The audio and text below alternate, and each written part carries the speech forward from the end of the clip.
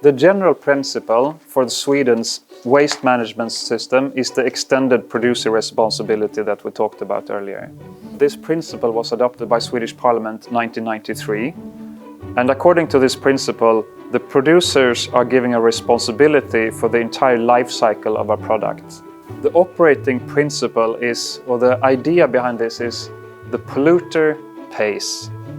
Another idea behind the EPR is to encourage producers to develop products that are more economic with resources, easier to recycle, and do not contain harmful substances.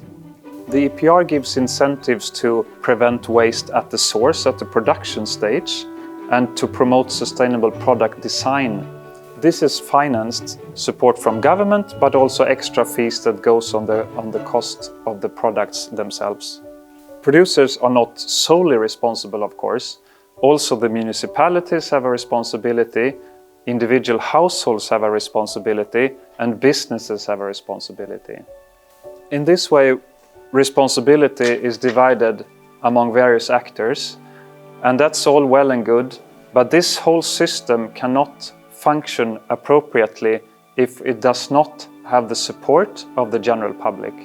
Therefore, Sweden has put a lot of effort into increasing awareness and changing behavior among its citizens. The basis for this system is trust. If the government asks that I throw away my stuff in different containers, I have to be able to trust that the government takes care of these things in a good way.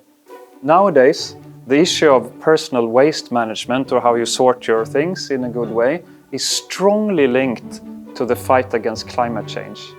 Among my friends and family, it's kind of if you would say that you're not sorting your waste, it's kind of it's not acceptable.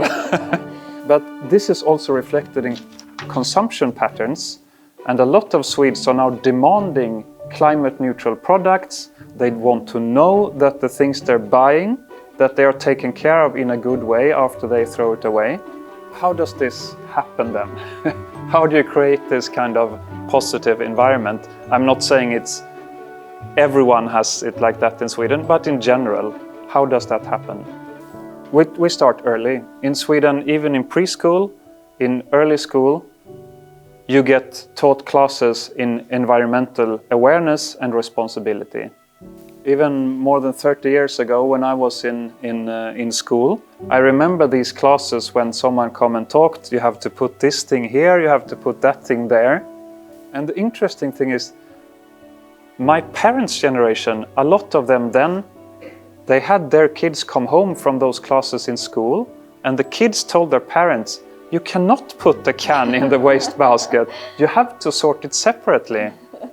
I believe that has been one of the points why it's been started and why it's been successful. And that's my final word. Listen to the children.